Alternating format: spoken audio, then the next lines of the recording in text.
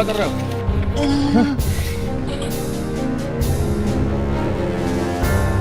लेकिन देखो ये जो है हमको पुलिस पे शंका है अच्छी तरीके से कि ये मिले, बस हमको खाली इंसाफ चाहिए। और मोदी जी से मतलब हम ये चाहते हैं योगी जी से कि मतलब अगर हमको इंसाफ नहीं मिलेगा तो हम मतलब पूरे परिवार समेत मर जाएंगे जाके। आप कह रही हैं मर जाएंगे? हाँ मर जाएंगे, अपने को खुद जला लेंगे वो जाके। उत्तर प्रदेश में गजब की राजनीति चल रही है। लोकसभा चुनाव के बाद इंडी गठबंधन इतने जोश में था कि क्या ही कहा जाए, लेकिन अब जोश धीरे धीरे ठंडा पड़ता दिख रहा है। मुख्यमंत्री योगी आदित्यनाथ ने ऐसा चक्रव्यूह बना दिया जिसमें राहुल और अखिलेश दोनों फंसे हुए। इंडी गठबंधन यूपी में उपचुनाव को लेकर जो प्लानिंग कर रहा था वो सारी प्लानिंग धरी की धरी दिख रही है। सीएम योगी उन मुद्दों पर काम कर रहे हैं जिस पर बोलकर अखिलेश यादव फंस जाते हैं और राहुल गांधी कुछ बोल ही नहीं पाते। यूपी उपचुनाव में बुलडोजर और एनकाउंटर की गूंज साफ सुनाई दे रही है।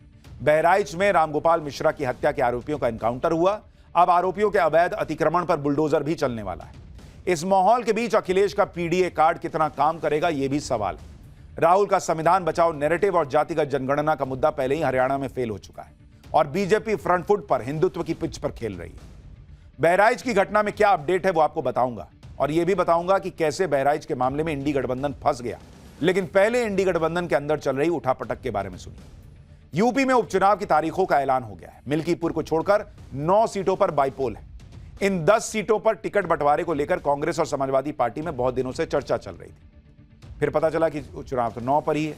कांग्रेस को उम्मीद थी कि हरियाणा चुनाव जीतने के बाद वो अखिलेश से अपनी शर्तों पर सीट मांगेंगे, लेकिन हरियाणा तो हार गए। अब नतीजा यह हुआ कि यूपी में कांग्रेस की राजनीतिक हैसियत घट गई। पहले भी कोई बहुत तूफानी नहीं थी, लेकिन अब और घट गई। कांग्रेस पहले उपचुनाव में 5 सीट मांग रही थी। अखिलेश यादव ने कांग्रेस को 2 सीट दी है। कांग्रेस जो मांग रही थी वो भी अखिलेश यादव ने नहीं दिया। मतलब एक तो दे ही 2 सीट रहे और वो भी कांग्रेस की पसंद का नहीं दे रहे हैं अखिलेश यादव। मतलब एकदम लाइन पे ला दिए हैं कि भाई जितना है उतना ना लोगे कुछ भी। अखिलेश यादव पहले ही कह चुके हैं कि वो समाजवादी पार्टी को राष्ट्रीय पार्टी बनाना चाहते हैं। अखिलेश के इस सपने को पूरा करने में कांग्रेस कोई मदद ही नहीं कर रही। अखिलेश ने भी दिखा दिया कि यूपी में कांग्रेस की क्या हैसियत है। लोकसभा चुनाव के बाद से ही कांग्रेस ऐसे हवा में उड़ रही थी जैसे चुनाव ही जीत लिया। कांग्रेस को उम्मीद थी कि यूपी उपचुनाव में अखिलेश के साथ बराबरी की डील होगी, लेकिन अखिलेश यादव भी कांग्रेस के रवैये से बहुत खुश नहीं दिख रहे। अखिलेश मीडिया में तो कुछ नहीं बोल रहे थे, लेकिन अंदर ही अंदर उनकी तैयारी चल रही थी। कांग्रेस से बिना चर्चा किए कहा गया कि 9 अक्टूबर को अखिलेश ने 6 सीटों पर कैंडिडेट घोषित कर दिए। उसी समय साफ हो गया था कि कांग्रेस जितनी सीटें मांग रही थी उतनी उसे मिलने वाली है नहीं। बाकी जो 4 सीटें बची थी उस पर कांग्रेस ने दावा ठोकना शुरू किया, लेकिन अखिलेश ने उस दावे पर भी पानी फेर दिया। आप खुद देखिए, अखिलेश ने पहले 6 सीटों पर उम्मीदवार उतारे, कांग्रेस के सामने 4 सीटों का विकल्प बचा। फिर अखिलेश ने 7वीं सीट पर भी कैंडिडेट उतार दिया। अब कांग्रेस के पास 3 सीटें बची थी, लेकिन चुनाव ही 9 पर हो रहा है तो वो भी घट के 2 हो गई। तो अखिलेश ने कांग्रेस को कहा कि ये 2 बचा है बॉस, ले लो। और इसमें गाजियाबाद और अलीगढ़ की खैर सीट कांग्रेस को दे दी। ये दोनों ही सीटें लंबे समय से बीजेपी के पास रही हैं। यानी अखिलेश ने कांग्रेस को 2 मुश्किल से सीटें दे दी। भाई उनको पता है अखिलेश यादव को कि कांग्रेस पार्टी यूपी में लोकसभा में सीटें लाई तो अखिलेश यादव की पार्टी के कंधे पे बैठ के लाई। उसके बाद राहुल गांधी को पूरे सोशल मीडिया में हीरो बता दिया। अखिलेश यादव साइड हो गए या कर दिए गए। अब अखिलेश यादव ने कहा कि एक काम करो, बहुत हीरो हैं अगर आप लोग कांग्रेस वाले, तो आप लोग कंधे से उतरो, अब बीजेपी से 1 to 1 फाइट करो जहां पे बीजेपी स्ट्रांग है, तब ना मानेंगे कि हराए बीजेपी को। अखिलेश ने कांग्रेस को गाजियाबाद और खैर सीट देकर एक तरह से चुनौती दी कि जाओ बीजेपी के गढ़ में ये दोनों सीटें जीत के दिखाओ, फिर आना बात करने। ये दोनों ही सीटें कांग्रेस ही नहीं बल्कि समाजवादी पार्टी के लिए भी टफ सीटें। आप देखिए कि गाजियाबाद से कांग्रेस आखिरी बार 2002 में जीती थी। समाजवादी पार्टी तो सिर्फ एक बार ही यहां से जीत पाई है। 2017 से गाजियाबाद सीट पर बीजेपी जीत रही है। इसी तरह खैर सीट पर आखिरी बार कांग्रेस 1980 में जीती थी। समाजवादी पार्टी का तो यहां खाता तक नहीं खुल पाया है। बीजेपी खैर सीट पर 4 बार विधानसभा चुनाव जीत चुकी है। 2017 से खैर विधानसभा सीट बीजेपी के पास है। यानी यह हालत वैसे हो गई कि कांग्रेस कह रही थी कि हमको बैटिंग चाहिए, बैटिंग चाहिए, और जैसे ही बॉलिंग पे बुमराह आया तो कहा गया कि जाओ तुम बैटिंग करो। अब कांग्रेस कह रही है बुमराह कैसे खेलेंगे, वो तो हम खेल ही नहीं पाते। तो अखिलेश यादव कह रहे तो खेल के दिखाओ, मारो सेंचुरी। यानी हारी हुई 2 सीटें अखिलेश यादव ने कांग्रेस को दे दी, और इन सीटों पर चुनाव लड़कर कांग्रेस क्या ही हासिल करेगी ये खुद कांग्रेस को समझ में आ रहा है। कांग्रेस को मुश्किल सीटें देकर अखिलेश अपने हिस्से की सीटों पर कैंडिडेट उतारे जा रहे हैं। अभी तक अखिलेश यादव ने 7 सीटों पर कैंडिडेट उतार दिए हैं, जिनपे मैनपुरी की करहल सीट से तेज प्रताप यादव, कानपुर की सीसामऊ सीट से नसीम सोलंकी, अयोध्या की मिल्कीपुर सीट से अजीत प्रसाद, अंबेडकर नगर की कटेरी सीट से शोभावती वर्मा, प्रयागराज की फूलपुर सीट से मुस्तफा सिद्दीकी, मुजफ्फरनगर की मीरापुर सीट से सुंबुल राणा, मिर्जापुर की मझवा सीट से डॉक्टर ज्योति बिंद को टिकट दिया गया है। इसमें मीरापुर सीट से कैंडिडेट का ऐलान तो आज ही किया गया। सुंबुल राणा बीएसपी के कोऑर्डिनेटर मुनकाद अली की बेटी और समाजवादी पार्टी के पूर्व सांसद कादिर राणा की बहू हैं और वो पहली बार चुनाव लड़ रही हैं। अखिलेश यादव ने कैंडिडेट्स का ऐलान किया तो बीजेपी को मौका मिल गया हमला करने का। बीजेपी ने अखिलेश यादव पर परिवारवाद का आरोप लगा दिया। करहल से तेज प्रताप यादव को टिकट दिया गया, जो अखिलेश यादव के भतीजे हैं। तेज प्रताप यादव के लिए तो नॉमिनेशन फॉर्म भी खरीद लिया गया है। वहीं मीरापुर से पूर्व सांसद की बहू को टिकट मिला है। सीसामऊ से इरफान सोलंकी की पत्नी को टिकट मिला है। नसीम सोलंकी को टिकट दिया गया है। इसी पर यूपी के डिप्टी सीएम केशव प्रसाद मौर्य ने अखिलेश पर तंज कसा।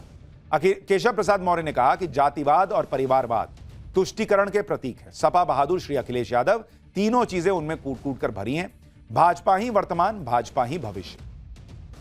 कहने के लिए कांग्रेस और समाजवादी पार्टी में सीट शेयरिंग हो गई और दोनों ही दल दावा भी कर रहे हैं कि मिलकर चुनाव लड़ेंगे, लेकिन सीटों के बंटवारे से ही साफ हो जा रहा है कि अखिलेश की मंशा क्या थी।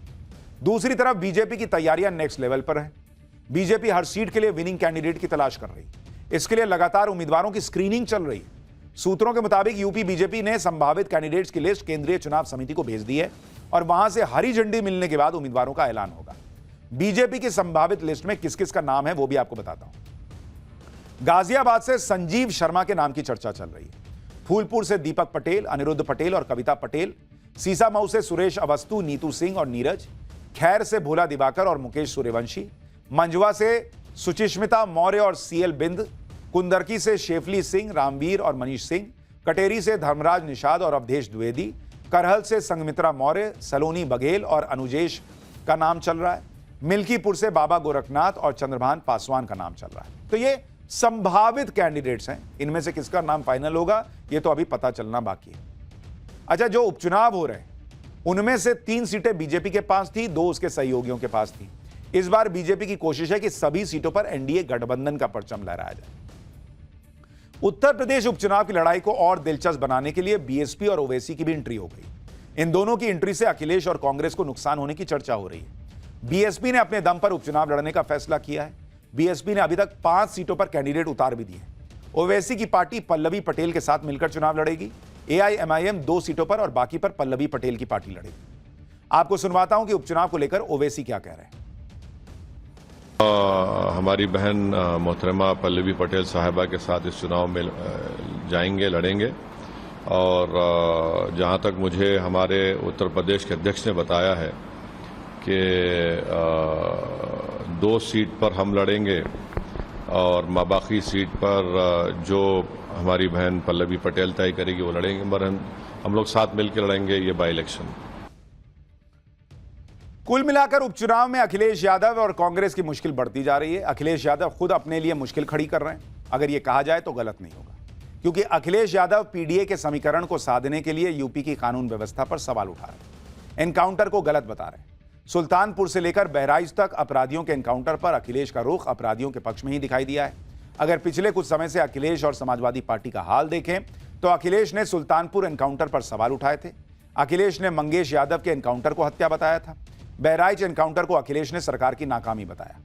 इसके अलावा अयोध्या में एसपी नेता मोईद खान पर रेप का आरोप लगा। अयोध्या सांसद अवधेश प्रसाद के बेटे पर किडनैपिंग का आरोप लगा है।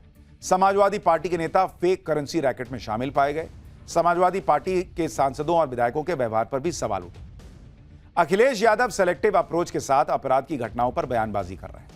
बीजेपी इसी को आधार बनाकर आरोप लगा रही है कि समाजवादी पार्टी को गुंडई की आदत है। अखिलेश यादव ने बहराइच एनकाउंटर पर क्या कहा वो भी सुनिए। सरकार अपनी नाकामी छिपाने के लिए एनकाउंटर कर रही है। एनकाउंटर, नई परिभाषा में हाफ एनकाउंटर, और फिर ये एनकाउंटर, हाफ एनकाउंटर, ये डराने के लिए हैं। आप मुझसे ना नाम बताते ना कुछ बताते, तब भी मैं कह सकता था कि एनकाउंटर किसका किया इन्होंने। मुख्यमंत्री जी से जो मिलाया हो उसे क्या मुआवजा, क्या नौकरी की बात करें हम। अच्छा बताइए, मुख्यमंत्री जी के साथ जो 2 घंटे वक्त गुजारा हो, उन्हें तो सरकारी नौकरी देनी चाहिए। और फिर जो फेक इनकाउंटर में निकलेंगे उनको क्या नौकरी देंगे क्या ये? अखिलेश यादव आरोपियों के एनकाउंटर पर सवाल उठाते हैं, लेकिन रामगोपाल मिश्रा की मौत पर उसी सख्ती से नहीं बोलते। क्या इसकी वजह यह है कि आरोपी अखिलेश के पीडीए यानी पिछड़ा, दलित और अल्पसंख्यक समाज से आते हैं, जबकि यूपी में योगी सरकार का क्लियर फंडा है, जो भी गलती करेगा वो बचेगा नहीं, चाहे वो किसी भी धर्म जाति का हो। इसी जीरो टॉलरेंस की नीति की वजह से यूपी में अपराधियों को सजा मिल रही है, और इसी नीति का इस्तेमाल बहराइच में भी हो रहा है। बहराइच में हिंसा हुई, रामगोपाल मिश्रा की मौत हुई, और उसके बाद आज पहला जुमा था। फिर से हिंसा की आशंका को देखते हुए सरकार ने तगड़े बंदोबस्त किए। मस्जिदों के बाहर पुलिस तैनात थी, ड्रोन से निगरानी रखी जा रही थी। इसी सख्ती की वजह से आज कोई हल्ला हंगामा हो ही नहीं पाया। बहराइच में रामगोपाल मिश्रा की हत्या के आरोपियों के खिलाफ किस तरह से एक्शन लिया जा रहा है वो भी देखिए। आरोपियों को एनकाउंटर में गोली लगी, वो जेल में है। अब बहराइच में बुलडोजर चलाने की भी तैयारी।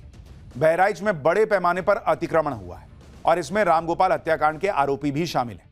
अब पीडब्ल्यूडी अवैध अतिक्रमण को चिन्हित कर रहा है। जितने भी इलीगल कंस्ट्रक्शन है उन पर मार्किंग की जा रही है, और बहुत जल्द नियमों के मुताबिक अतिक्रमण हटाने के लिए बुलडोजर एक्शन भी होगा। तो अभी एनकाउंटर पे हंगामा मचा है, फिर जब बुलडोजर चलेगा तब भी छाती पीटी जाएगी, लेकिन वो तो चलेगा क्योंकि योगी आदित्यनाथ की सरकार में जो हिसाब है वो क्लियर है। देखिए बहराइच से एक रिपोर्ट। पीडब्ल्यूडी डिपार्टमेंट ने इस इंक्रोचमेंट को हटाने की कवायद 1 महीने पहले शुरू कराई थी, और उसके चिन्हीकरण किया गया था, और उसी का निशान यहां पर मौजूद है। मतलब लगभग 8 से 10 फुट जो सड़क का हिस्सा होता है उस पर लोगों ने अपना कब्जा कर लिया है। कुछ ने चबूतरा बना लिया और कुछ ने यहां पर पक्के कंस्ट्रक्शन करके दुकान आगे बढ़ा ली है। अब जिला प्रशासन इसकी जांच करवा रहा है, और जांच के बाद रोड को चौड़ा करने के लिए जो बुलडोजर का एक्शन लिया जाता रहा है, निर्धारित नियमों का पालन करते हुए उस देखिए, क्राइम कंट्रोल के लिए सीएम योगी की जीरो टॉलरेंस पॉलिसी है। अपराधियों के खिलाफ एक्शन लेने के लिए यूपी पुलिस को छूट है। अखिलेश यादव एनकाउंटर और बुलडोजर एक्शन पर सवाल उठाते हैं। पुलिस अपनी मर्जी से एनकाउंटर नहीं करती, कई बार हालात ऐसे बन जाते हैं जब गोली चलानी पड़ती है, और इसी जीरो टॉलरेंस पॉलिसी का असर है कि यूपी में अपराधियों के खिलाफ तेजी से कार्रवाई हो रही है। मैं आपको कुछ आंकड़े बताता हूं। यूपी में पिछले 7 साल में 210 बदमाशों के एनकाउंटर हुए, जिनमें वो मारे गए। राज्य के 69 चिन्हित माफिया गिरोह की कमर तोड़ी गई। माफिया के खिलाफ 42 मामलों में 29 में सजा दिलाई गई। पिछले 7.5 साल में 81,196 से ज्यादा अपराधियों को सजा हुई है। 54 को फांसी, 3,125 को उम्र कैद की सजा दिलाई गई। 9,076 अपराधियों को 10 साल से ज्यादा की सजा हुई। महिला अपराध के 28,700 अपराधियों को सजा हुई। रेप और दूसरे गंभीर अपराधों में 16,565 अपराधियों को सजा दिलाई गई। इसमें 9 को फांसी और 1,720 को उम्र कैद की सजा हुई। और ये आंकड़े अगस्त 2024 तक के हैं, जो यूपी सरकार की तरफ से जारी हुए। अपराधियों को सिर्फ पकड़ा नहीं जा रहा, बल्कि सजा दिलाने का रेट यानी कन्विक्शन रेट भी अच्छा है। और अगर मामला फेक होता, झूठा होता, तो कन्विक्शन ना हो रही होती। अदालतों में मामले चल रहे हैं और सजा पे सजा हो रही है। इसका मतलब योगी मॉडल सिर्फ एनकाउंटर नहीं करता, बल्कि अपराधियों पर लगाम लगाता है, उन्हें सजा भी दिलवाता है।